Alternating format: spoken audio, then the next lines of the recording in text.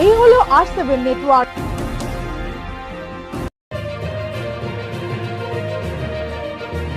আর আপনারা দেখছেন R7 বাংলা, বাংলার কথা বাঙালির মুখে।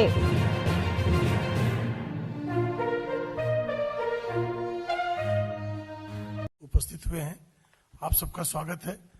आदरणीय भाटिया जी।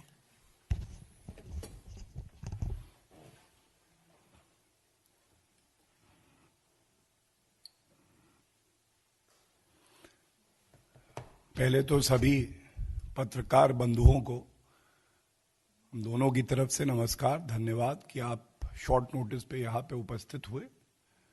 मैं श्री प्रेम शुक्ला जी का भी आभार व्यक्त करता हूं। आज की ये महत्वपूर्ण प्रेस वार्ता जो है वो इसलिए भी आवश्यक है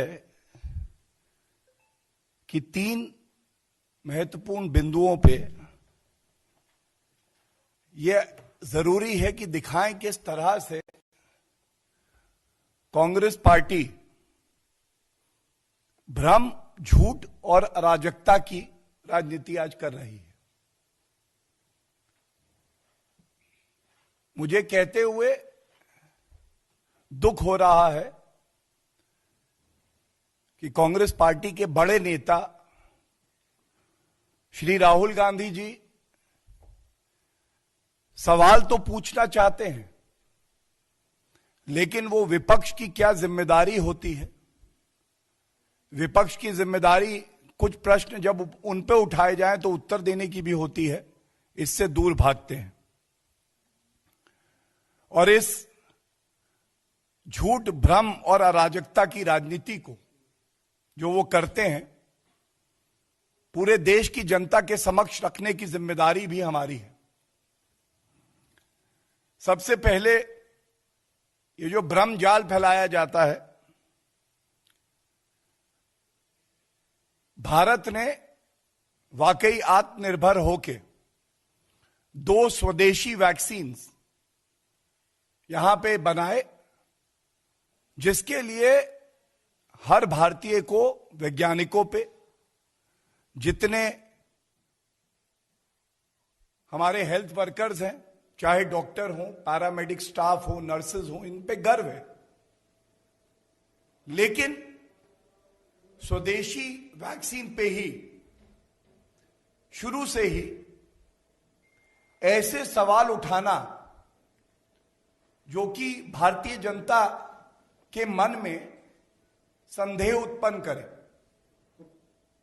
आज ये सवाल पूछा जाना चाहिए कि जब रिपोर्ट आई है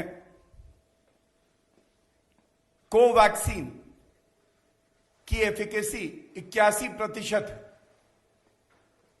और हमें गर्व होना चाहिए एक देश होने के नाते, एकजुट होने के नाते, कि ये जो स्वदेशी वैक्सीन है, पहला तो इतनी हाई एफिकेसी देती है जो कि विश्व में डेवलप्ड कंट्रीज हैं उनकी वैक्सीन भी नहीं देती। और यह भी बात हमारे लिए गर्व की है कि पूरे विश्व में करीब करीब 65% वैक्सीन जो निर्माण होता है वो भारत में होता है। वैक्सीन बनाने में, आविष्कार करने में, रिसर्च करने में 10 साल का समय लग जाता है। क्या यह गर्व की बात नहीं है कि श्री नरेंद्र मोदी जी के नेतृत्व में इस देश की जो एजेंसीज हैं, ICMR, हेल्थ मंत्रालय, जो वैज्ञानिक हैं, उन्होंने 1 साल के कम समय में 2 वैक्सीन देश को दी।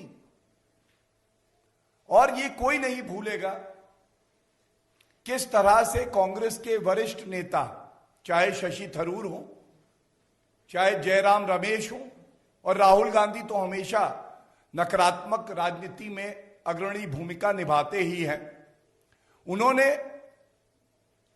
इस वैक्सीन, कोवैक्सीन पे सवाल उठाए। ट्रायल 3 स्टेज अभी पूरी नहीं हुई है। उन्होंने ये नहीं देखा कि विश्व में क्या प्रोटोकॉल चल रहा है, वर्ल्ड हेल्थ ऑर्गेनाइजेशन क्या प्रोटोकॉल फॉलो करने के लिए कह रहा है। यहां तक कह दिया गया कि बीजेपी का टीका, ऐसी भी पॉलिटिकल पार्टीज इस देश में है, दुर्भाग्य की बात है कि जो राष्ट्र का टीका आविष्कार किया गया उसको बीजेपी का टीका बता दिया गया। लेकिन आज गर्व की बात है कि 10 लाख से ज्यादा डोजेस जो है कोवैक्सीन की दी जा चुकी है। और यह भी गर्व की बात है कि वीवीआईपी कल्चर को तोड़ते हुए बड़ी जिम्मेदारी से जो एनडीए और बीजेपी की सरकार है उसने दिखाया कि नहीं, हर नागरिक की जान हमारे लिए हमारी प्राथमिकता है, उसे बचाना होगा। आप सोचिए, अगर यही कांग्रेस की सरकार होती तो सबसे पहला टीका लगता तो वो गांधी परिवार को लगता और वो उनका जन्मसिद्ध अधिकार माना जाता। फिर कांग्रेस के वर्कर आते सिफारिशी लेटर लेके, उनको लगता। लेकिन हमारे लिए गर्व की बात है कि जो टीके लगे पहली ड्राइव में, वो सबसे पहले कोविड वॉरियर्स को लगे। उनका प्रोटेक्शन होना चाहिए। उन्होंने अपनी जान पे खेल के इस देश का सर ऊंचा किया और उसके बाद हमारे देश के आदरणीय प्रधानमंत्री जी ने यह टीका लगवाया और वीवीआईपी कल्चर का अंत है, इसका संदेश भी दिया। इसका भी संदेश दिया कि यह वैक्सीन सही मायने में दिखाती है कि भारत आत्मनिर्भर हो चुका है। स्वदेशी वैक्सीन था। और तीसरा, जो लोग कहते थे कि प्रधानमंत्री जी टीका क्यों नहीं लगवाते हैं और भ्रमजाल इसकी गुणवत्ता पे फैलाते थे, उस भ्रमजाल को खत्म कर दिया। और ये भ्रमजाल जैसे ही खत्म हुआ तो आज विपक्ष की कुछ पार्टियां हैं जिनका नेतृत्व कांग्रेस करती है, उसको पीड़ा होने लगी और वो ये नहीं देख पाई कि आज देश गौरवान्वित है। लेकिन मैं यही कहूंगा, आज केवल भारत के लिए नहीं, तमाम ऐसे देश हैं, चाहे वो कैरेबियन कंट्रीज हों, चाहे हमारे पड़ोसी मुल्क हों, ये लोग आज भारत पे निर्भर करते हैं। और भारत इतना मजबूत देश है कि अपनी जरूरतों को पूरा करने के बाद पूरे विश्व में आज फार्मेसी ऑफ द वर्ल्ड बन गया है। ये हम सब के लिए बहुत गर्व की बात है। तो ये पहली जो बात थी वो भ्रमजाल पे थी और ये बड़ा आवश्यक है कि जहां केंद्र की सरकार और जो भाजपा शासित राज्य है वहां पे मुख्यमंत्री, सारे मंत्री, सारे कार्यकर्ता लगे हैं कि हम जनता में विश्वास पैदा करें। वहीं खासकर कांग्रेस और इसी तरह से छत्तीसगढ़ में जो कांग्रेस की सरकार है, उन्होंने तो यहां तक लिख दिया कि हमें ये टीका कोवैक्सीन का मत भेजिए। केंद्र सरकार के विवेक, आईसीएमआर के विवेक के विरुद्ध जाके ये लिखते हैं। ये कितना उचित है, आज ये भारत पूछ रहा है। और आभार व्यक्त करना चाहिए जो नेता विपक्ष में हैं, शरद पवार जी हैं, नवीन पटनायक जी हैं, जो बाहर आए, जिन्होंने टीका लगवाया और एक मजबूत संदेश दिया कि कुछ मुद्दे ऐसे होंगे जिस पे राजनीति नहीं होगी और सत्तारूढ़ और विपक्ष दोनों एक हैं। मैं इस मंच से उनका भी आभार व्यक्त करता हूं। ऐसा ही उदाहरण बाकी नेताओं को भी पेश करना चाहिए। बीजेपी का टीका नहीं, राष्ट्र का टीका है, राष्ट्र निर्माण के लिए यह टीका है। दूसरी बात, यह भी बड़ा अहम बिंदु है, झूठ की राजनीति। अभी 2 मार्च को अपरिपक्व, गैर जिम्मेदार राहुल गांधी एक ट्वीट करते हैं और कहते हैं मणिपुर में 12 एमएलए इनको डिस्क्वालिफाई किया जाए, निष्कासित किया जाए और इलेक्शन कमीशन ऑफ इंडिया ने मणिपुर के गवर्नर को यह कह दिया है, निर्देश दे दिया। तो मैं इतना ही कहूंगा, संवैधानिक संस्थाओं को तार तार करना, मर्यादा ना रखना, उन पे सवाल करना, विश्वास ना करना, यह चरित्र कांग्रेस पार्टी का हमेशा से रहा है। और जब संवैधानिक संस्थाओं की बात आए तो यह अति आवश्यक है कि संवैधानिक संस्थाओं के वक्तव्य को पूरा आदर मिलना चाहिए।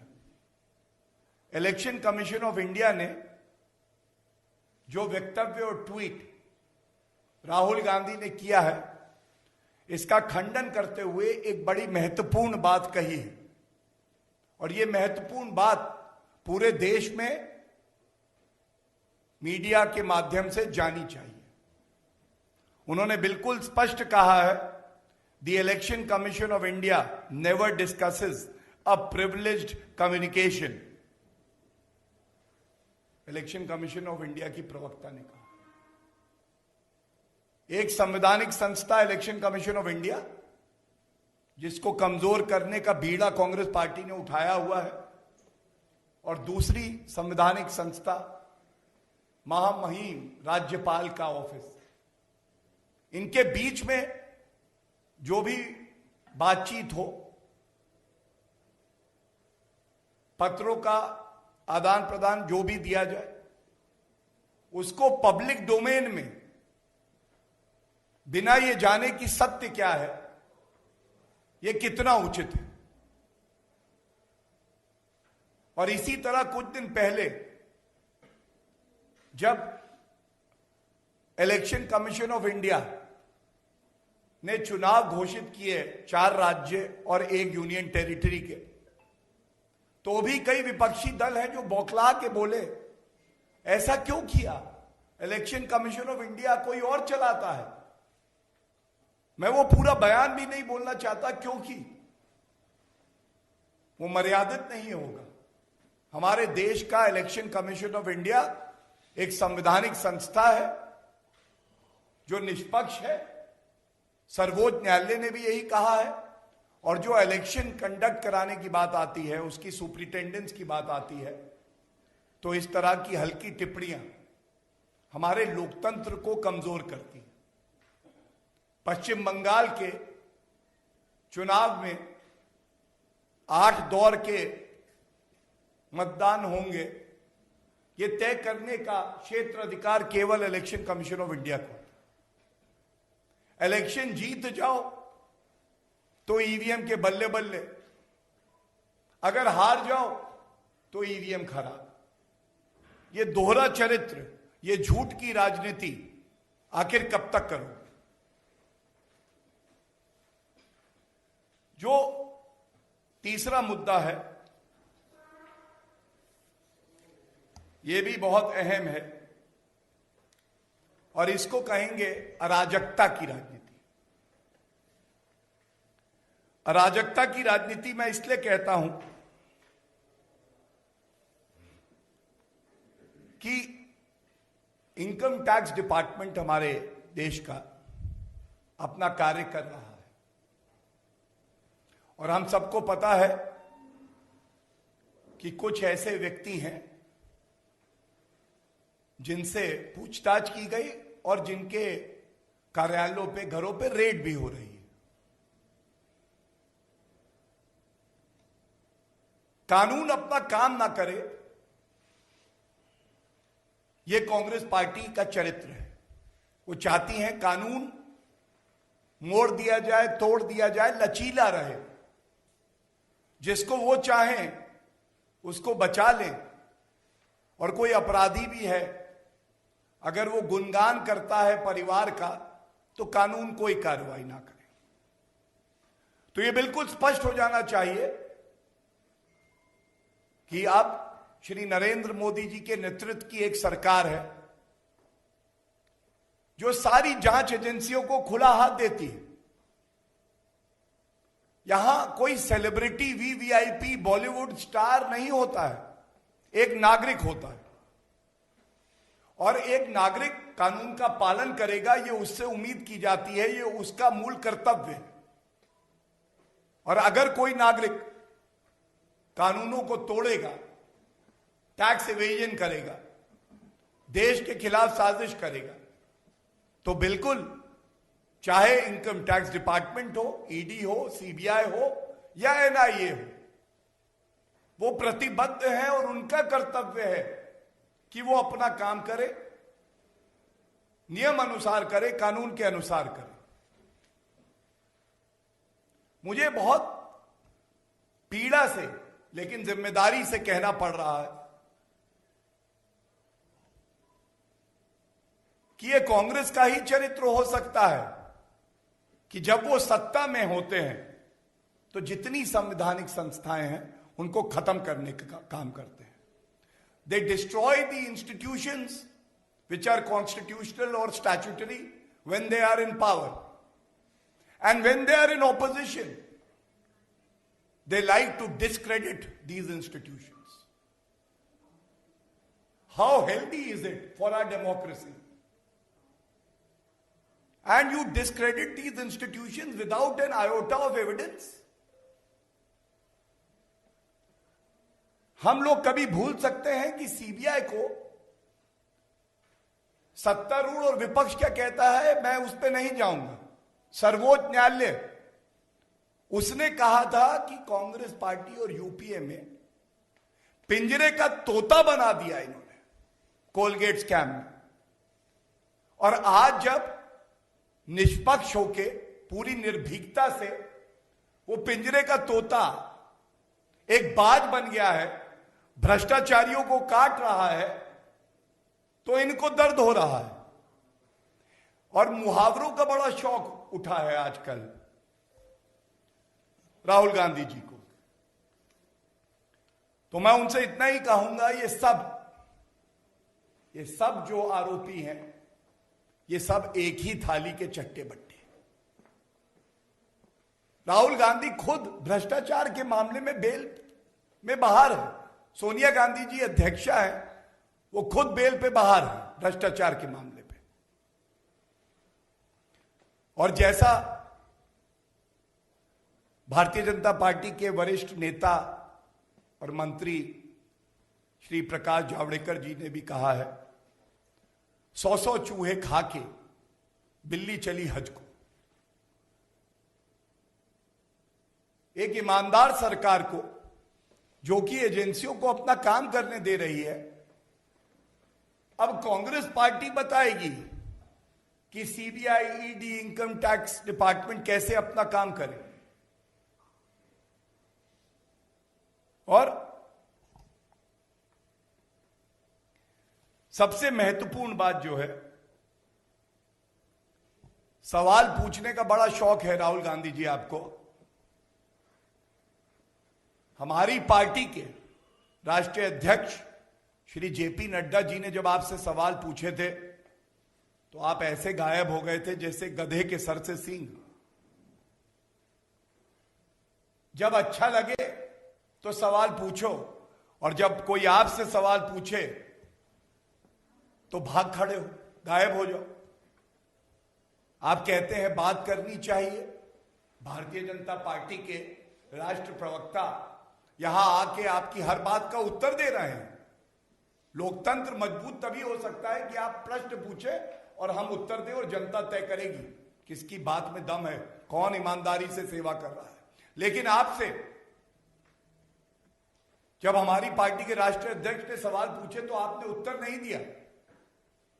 डिफेंस कमेटी की जो मीटिंग होती है, जिसके आप सदस्य हैं, आप क्यों नहीं जाते? रॉबर्ट वाड्रा, जिन्होंने किसानों की जमीन हड़प ली और न्यायालय के आदेश के बाद सीबीआई जांच चल रही है, चाहे बीकानेर में हो चाहे हम हरियाणा में देखें, आप उस पर कभी बात क्यों नहीं करते?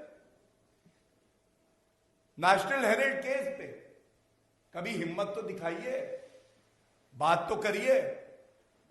सरकारी जमीनों का घोटाला करके अपनी निजी संपत्ति खड़ी कर रहे हैं, ये कितना उचित है? देश की जनता पूछती है राहुल गांधी जी, वो जो एमओयू किया आपने एक विदेशी ताकत से, उसको सार्वजनिक करेंगे कि नहीं? वो निरस्त हुआ कि नहीं? और लोग तो कहते हैं आपने रिश्वत भी ली पार्टी चलाने के लिए। क्यों किया ऐसा? और एक सवाल हम नहीं पूछते भाई, लोकतंत्र लोकतंत्र बातचीत होना बड़ा अच्छा है, संवाद बिल्कुल है। ये G23 आप ही के वरिष्ठ नेता आनंद शर्मा जी, गुलाम नबी आजाद जी, कपिल सिब्बल जी एक प्रश्न पूछ रहे हैं। ये आईएसएफ जो इंडियन सेक्युलर फ्रंट है, जिसके मौलाना कहते हैं या अल्लाह मेरी दुआ कबूल करो, 50 करोड़ हिंदुओं को मार दो, ऐसा वायरस है। उसके साथ जब कांग्रेस पार्टी समझौते की बात करती है तो ये पंथ निरपेक्षता ही है ना? ये जरूर हमें बताइएगा। क्या पंथ निरपेक्षता का मतलब अब यह है कि आप एक धर्म विशेष के साथ जुड़े और दूसरे धर्म विशेष के जो नागरिक हैं उनको आप द्वितीय श्रेणी का नागरिक बना दें? यह सवाल हर नागरिक पूछ रहा है और हमारे प्रश्नों का उत्तर आपके पास नहीं होगा। लेकिन यह यकीन है कि अगर आप वाकई लोकतंत्र में विश्वास रखते हैं तो जो आपकी पार्टी के वरिष्ठ नेता कह रहे हैं उस पर आप उत्तर जरूर देंगे। और अंत इस बात से करना चाहता हूं, हर चीज में विरोध विरोध विरोध। देश के लिए कुछ अच्छा है, अनुच्छेद 370 संशोधन विरोध, ट्रिपल तलाक का कानून लाया, महिलाओं को सम्मान दिलाया विरोध, सीए का विरोध, वन रैंक वन पेंशन अच्छी लागू नहीं करी। कभी सोचिएगा, चिंतन करिएगा, कांग्रेस पार्टी को भी चिंतन करना चाहिए। और यह चुनौती भी है आपको। 7 साल की सरकार भारतीय जनता पार्टी की है। केवल 7 मुद्दे बता दीजिएगा जिसपे आप साथ खड़े रहे सरकार के, और आपने कहा कि हम इसलिए साथ हैं क्योंकि यह कार्य देश हित में है। और हम विपक्ष में हैं तो क्या हुआ? हम इस देश को मजबूत करना चाहते हैं। 7 मुद्दे नहीं मिलेंगे। रोड़े लटकाए आपने, रोड़े लटकाए, व्यवधान पैदा किए, लेकिन यह इच्छा शक्ति ही थी हमारे देश के प्रधानमंत्री जी की, सरकारों की, जिन्होंने सुनिश्चित किया कि अगर देश हित में कुछ है तो उसको रुकने नहीं देंगे। भारत मां का शीश हम झुकने नहीं देंगे। और इसीलिए ये जो झूठ, भ्रम और अराजकता की राजनीति है, इसका अंत होना चाहिए। आपने कुछ गैर जिम्मेदाराना प्रश्न पूछे, हमने उसका उत्तर दिया। हमने भी कुछ प्रश्न पूछे। अगर आपको लगे कि लोकतंत्र में आपको उत्तर देना बनता है तो इन बातों का उत्तर जरूर दीजिएगा। धन्यवाद। कोई प्रश्न हो तो। Sir, I have a question. This comes in from your own state, sir. The first point that you had raised was specifically talking about the VVIPism that would have been carried out during the Congress's regime. But from Karnataka, it seems that your own health minister had called the health officers at his own home in order to get vaccinated. It's a clear-cut case of VVIPism that has come to court, and this comes as a part of the reply that has been given by the health officers who had actually administered vaccine at BC Patil's home. So how do you respond to that?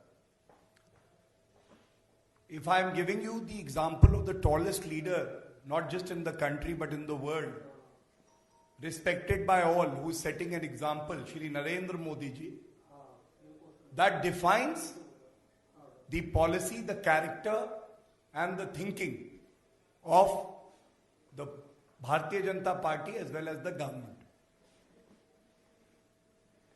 And if there is an example that has been set and any person violates that, that is not acceptable. But yet I would say that the facts, the circumstances need to be known, and therefore, in principle, I will say Bharatiya Janata Party is a party that has workers that will always abide with the principles enshrined in the philosophy of our party that are set out by the leaders of the party. And the best example is that even the Prime Minister waited for the first phase of the vaccination drive to get over before he got inoculated. Thank you. Anybody else?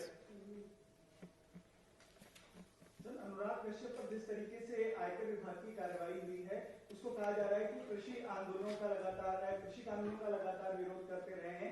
साथ यही बड़ी वजह है कि आयकर विभाग उन पर लगातार कार्रवाई कर रहा है। देखिए, मैं आपका आभारी हूं कि आपने ये प्रश्न पूछा।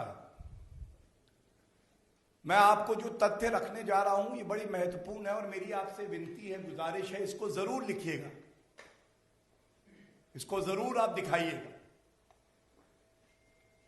मैंने अभी शुरुआत करी कह के कि हर कोई संविधान की नजर में, कानून की नजर में बराबर है, कोई वीवीआईपी नहीं है यहां पे।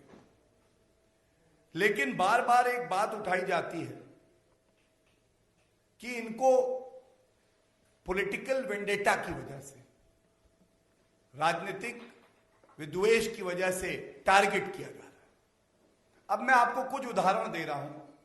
सबसे पहले तो कोई भी नागरिक हो, XYZ, मैं नाम भी उनका नहीं इसलिए ले रहा हूं क्योंकि कोई वीवीआईपी नहीं होता है कि अगर आप टैक्स इवेजन करें, जांच चले तो आप कहें कि जांच ना हो। दूसरी बात, जिन व्यक्तियों के आप नाम ले रहे हैं उनमें से एक के पुराने ट्वीट निकालिएगा। आलोचना चल रही है सालों से, आलोचना का अधिकार है, तो तब क्यों नहीं उन पे जांच हुई? और अब अगर जांच हो रही है तो आप बिना तथ्यों के कह दें कि राजनीतिक आलोचना की वजह से जांच चल रही है। तो मैं आपको अब उदाहरण दे रहा हूं और ये जरूर लिखिएगा। वरावरा राव ये अगस्त 2018 में गिरफ्तार हुए, बहुत हंगामा हुआ, इनकी गिरफ्तारी गलत है, पॉलिटिकल वेंडेटा है। आपको मालूम है 30 महीने जेल में रहे, अब इनको बेल मिली है। और बेल इसलिए नहीं मिली कि जो जांच एजेंसियां हैं जिन्होंने गिरफ्तार किया है उन्होंने गिरफ्तार गलत किया है या साक्ष्य नहीं प्रस्तुत किए, इसलिए मिली है क्योंकि ये गुहार लगाई गई कि वृद्ध व्यक्ति हैं, इनकी सेहत ठीक नहीं है, इनको ट्रीटमेंट की आवश्यकता है और इसलिए बेल दे दी जाए। तो पहला उदाहरण। दूसरा, शर्जील इमाम देश को टुकड़े टुकड़े करना चाहते हैं, असम को अलग करेंगे, नॉर्थ ईस्ट को अलग करेंगे। इनकी गिरफ्तारी भी हुई जनवरी 2020 में। 14 महीने बेल क्यों नहीं मिली ये कोई नहीं बता पा रहा। भाई, भजन लाल का केस है संवैधानिक पीठ का, सर्वोच्च न्यायालय का, 7 ग्राउंड्स देता है वो कब जो है एफआईआर और चार्जशीट क्वॉश हो सकती है। उसमें एक पॉलिटिकल वेंडेटा भी ग्राउंड है। अगर टीवी स्टूडियो पे आके अगर पॉलिटिकल पार्टी के हेडक्वार्टर से चिल्लाते हो कि ये पॉलिटिकल वेंडेटा है, एक उदाहरण तो दो जहां पे चार्जशीट और एफआईआर क्वॉश हो गई हो। सुधा भारद्वाज, इनकी गिरफ्तारी भी अगस्त 2018 में हुई। और आपको मैं ये बताना चाहता हूं, सर्वोच्च न्यायालय की अगर राय है उससे ऊपर तो किसी की राय नहीं हो सकती है जुडिशियल फील्ड। 24 सितंबर 2020 सर्वोच्च न्यायालय ने इनकी बेल एप्लीकेशन को भी खारिज कर दिया। मतलब केस को खत्म करना तो दूर, बेल भी नहीं दी। और इनके केस में भी कहा जा रहा था कि ये पॉलिटिकल वेंडेटा का मामला है। और अंत ऐसे तमाम उदाहरण मैं दे सकता हूं, लेकिन एक और उदाहरण दे देता हूं। एक गैंग है हमारे देश में जो कानून में विश्वास नहीं रखता है। उनका मकसद है लोकतंत्र खतरे में है। अरे अभिव्यक्ति की आजादी का क्या होगा? अभिव्यक्ति की आजादी एब्सोल्यूट नहीं है। संविधान में लिखा है कि कब उस पर रेस्ट्रिक्शन लगाए जा सकते हैं। तो मैं पूछता हूं, उमर खालिद 14 सितंबर 2020 दिल्ली के दंगों में भड़काऊ भाषण देने के लिए गिरफ्तार हुए। सितंबर से मार्च 5 महीने तो हो ही गए। आप मुझे बताइए कि इनको किसी भी न्यायालय ने कोई रिलीफ क्यों नहीं दिया? और इसीलिए मैं आपका आभारी हूं कि आपने ये बात उठाई। ये जान लीजिए कि वो दिन जब वीवीआईपी कल्चर होता था, जब कानून को तोड़ मरोड़ के व्यक्ति का चेहरा दिखाओ तो कानून बताएंगे, वो दिन अब खत्म हो गए। मैं अपनी एक तो इसीलिए ये जो 4 उदाहरण प्रस्तुत किए हैं, ये इसीलिए किए हैं कि जांच एजेंसियां अपना काम करती हैं और उसका जो एक्शन होता है वो न्यायालय में तय होता है, उचित है नहीं उचित है, और कई बार अंतरिम आदेश भी होते हैं। तो इन सारे जो मैंने 4 आपको एग्जाम्पल दिए, उसमें न्यायालय ने, सर्वोच्च न्यायालय तक कुछ लोग गए और ये पाया कि ठीक ही किया है जांच एजेंसियों ने। जो आपने बात कही मैं उस पर भी आ जाऊंगा। देखिए, सबसे पहले तो आपने वो मुद्दा उठाया दिशा रवि का, मैं धन्यवाद देता हूं। सबसे पहले तो देखिए कि भारतीय जनता पार्टी हो या हमारी कोई सरकार हो, प्रदेश में या केंद्र में, न्यायालय का सम्मान करती है। आदेश आया, किसी ने ये नहीं कहा कि न्यायालय जो है किसी के इशारे पे काम करता है। एक आदेश आया, वो बेल का आदेश है, अंतरिम है, और उसके ऊपर भी न्यायालय है, उनमें जाने का एक हक कानून देता है जांच एजेंसियों को। वो आदेश आया, सबने उसे माना, वो निचली अदालत का ही आदेश है, उसके ऊपर भी न्यायालय है। ये जांच एजेंसियों का क्षेत्र अधिकार है, वो आगे क्या करना चाहेंगे उस पर मैं टिप्पणी नहीं करूंगा। लेकिन मैं ये जरूर कहूंगा, किसी को बेल मिल जाए इसका मतलब ये नहीं होता कि वो आरोप मुक्त हो गया। मैंने 2 नाम आपको गिनवाए थे, भ्रष्टाचार में बेल में ही बाहर है, लेकिन वो केस आज तक खत्म नहीं हुआ। तो इसीलिए ये देश कानून से चलेगा, संविधान से चलेगा। न्यायालय जो फैसला करेगा उसका सम्मान होना चाहिए, संवैधानिक संस्थाओं का सम्मान होना चाहिए। लेकिन दुख की बात है, जहां सरकार, केंद्र सरकार और भाजपा शासित राज्यों की सरकारों की आस्था संविधान में है, न्यायालय में है, इलेक्शन कमीशन ऑफ इंडिया में है, वहां पे जैसे मछली होती है जल बिना नहीं रह पाती है, सत्ता बिना कांग्रेस भी ऐसे ही हो जाती है। उनके प्राण जनता के सम्मान में नहीं है, उनके प्राण उस कुर्सी में है जो उनसे दूर है। यही कह के आप सबका धन्यवाद देता हूं कि आप लोग आए और इस प्रेस वार्ता को कवर किया। बहुत बहुत धन्यवाद।